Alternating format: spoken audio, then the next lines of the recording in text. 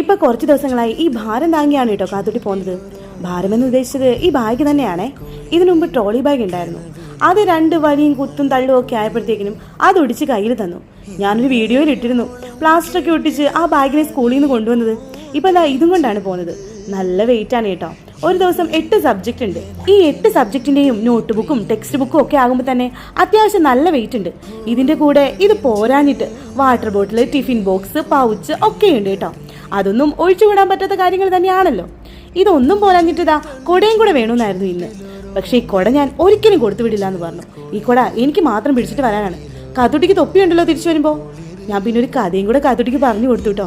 പണ്ട് ഞാൻ 8th പഠിക്കുമ്പോഴാന്ന് തോന്നുന്നു, ഒരു പിങ്ക് കളറ്, പിങ്കാണോ മെറൂൺ ആണോ എന്തോ ഒരു നല്ല ഷെയ്ഡ് കൊടയുണ്ടായിരുന്നു കേട്ടോ.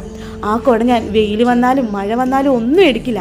മഴ വന്നാലൊക്കെ ഞാൻ വേറെ ആരെങ്കിലും കുടയിൽ കയറി വരുമായിരുന്നു കേട്ടോ. അത്രയ്ക്ക് എനിക്ക് പ്രിയപ്പെട്ടതായിരുന്നു. ആ കുട ഒരു ദിവസം തിരക്കുള്ള ബസ്സിൽ കയറിയപ്പോൾ ആരോ എടുത്തതാണോ ഇനി ബസ്സിൽ വീണ് പോയതാണോ ഒന്നും എനിക്കറിയില്ല. ആ കുട ബസ്സിൽ നിന്ന് ഇറങ്ങിയപ്പോൾ കാണാതായി. എൻ്റെ അമ്മയെ എനിക്ക് എന്ത് വിഷമമായെന്നറിയോ. ആ കഥ ഞാനിങ്ങനെ കാത്തൂട്ടിയോട് പറഞ്ഞു കൊടുക്കായിരുന്നു. ഇപ്പോഴും കുട കാണുമ്പോൾ എനിക്കത് ഫീൽ ചെയ്യാറുണ്ട് കേട്ടോ.